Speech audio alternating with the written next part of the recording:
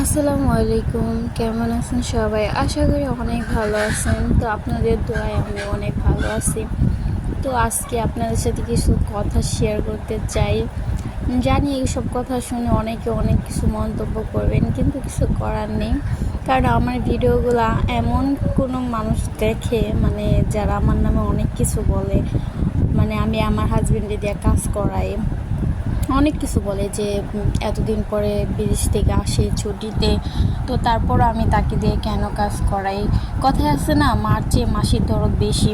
মানে আমার চেয়েও আমার হাজব্যান্ডের উপর অনেকের দরদ বেশি দেখতে পাচ্ছে, আর তাদের জন্য আজকের ভিডিওটা করা। তো এই যে দেখেন, আমার হাজব্যান্ড আমাকে পেয়ারা মাখিয়ে খাওয়াচ্ছে, কারণ সে জানে আমি একটু এগুলা খেতে পছন্দ করি, পেয়ারা তারপর অনেক কিছু মানে মেখে দিলে অনেক ভালো লাগে। তো আমি বিশেষ করে তার হাতেরই এই জিনিসগুলা বেশি খাই, কারণ সে অনেক মজা করে মাখাইতে পারে। তো এগুলা দেখে অনেকেরই চলে, হিংসা লাগে যে ওর হাজব্যান্ড ওরে এটা সেটা করে দেয়। তো আমি কিন্তু কখনোই আমার হাজব্যান্ডের কাজ করাই না বাসার। তো এই টুকিটাকি মানে এইগুলা একটু করে, যে একটু জিনিস কিছু মেখে দেওয়া, বাট আর অন্য কিছুই করাই না। তো তারপরেও কিছু মানুষের এত কষ্ট লাগে বলার মতো না। তো কি বলবো, আর বলার কোনো ভাষা নেই। যারা হাজব্যান্ডের সাথে মানে খুব ভালো আছেন, সুখে আছেন, তো আপনাদের সুখ দেখে অনেকেরই জ্বলবে, এটাই স্বাভাবিক।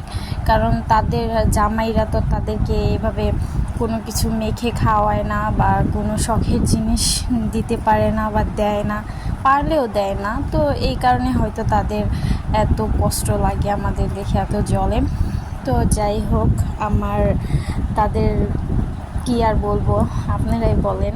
তো আমার জামাই যেটা আমাকে শখ করে কিছু রান্না করে খাওয়াইতে চায় বা কিছু মাখিয়ে খাওয়াইতে চায়, তো ওদের কেন সমস্যা হয় আমি সেটা বুঝি না। বেশি সমস্যা হয় আমার শ্বশুরবাড়ির মানুষের। আর আমার শ্বশুরবাড়ির মানুষের মানে সবসময় বলে যে কেন ও কাজ করে খাওয়াবে এতদিন পরে ছুটিতে এসে। তো আমি কিন্তু তাকে কখনো বলি না যে তুমি আমাকে কাজ করে খাওয়াও বা এটা করে দাও সেটা করে দাও। সে বসে থাকে, এর জন্য মাঝে মাঝে বলে যে দাও আমি একটু কুটে দেই বা আমি তোমার সাথে একটু হেল্প করি, আর এগুলা দেখি তাদের চলে। আর বিশেষ করে আমার শাশুড়ি আম্মা, তার তো অনেক কষ্ট লাগে। এখন উচিত কথা বলতে গেলে বলবেন শাশুড়ির বদনাম করছো, কিন্তু আসলে আমি বদনাম করছি না।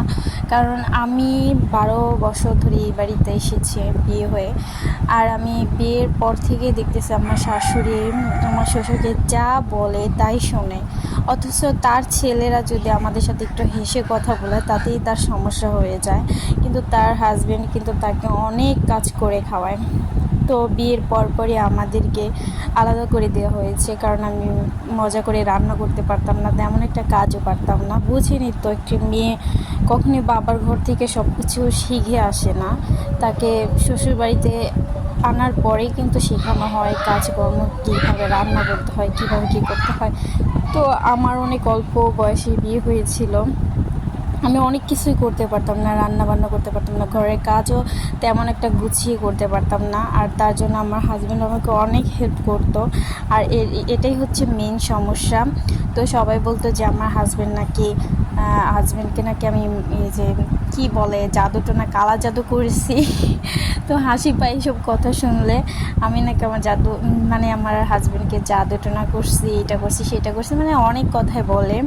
তো আমি কিন্তু সব সময় দেখি মানে আমার শ্বশুর আমার শাশুড়িকে সব কাজ করে দেয়, এমনকি রান্না বান্না থেকে শুরু করে সব কাজ করে দেয়। কারণ আমরা যখন একসাথে ছিলাম তখন আমার রান্না তার ভালো লাগতো না, এরপর আমাকে ভিন্ন করে দিয়ে আলাদা করে দিয়ে তার হাজব্যান্ড তাকে সেবা যত্ন করে, রান্না বান্না করে খাওয়া, সব কিছু করে খাওয়া। কারণ আমার শাশুড়ি মানে ঝগড়া করতে পারে, শুধু ঝগড়া করতে পারে, আর কিছু করতে পারে না। মানে খাটের উপর বসে বসে খাবে আর ঝগড়া করবে, আর কিছু করতে পারবে না। তো আজকের ভিডিওটা আমার মনে অনেক কষ্ট ছিল, কারণ অনেকে অনেক কথা মানে বলেছে, আমার হাজব্যান্ড আমাকে কেন কাজ করে খাওয়ায়, আমাকে কেন হেল্প করে। তো তাদের উদ্দেশ্যে আজকে কথাগুলো বললাম।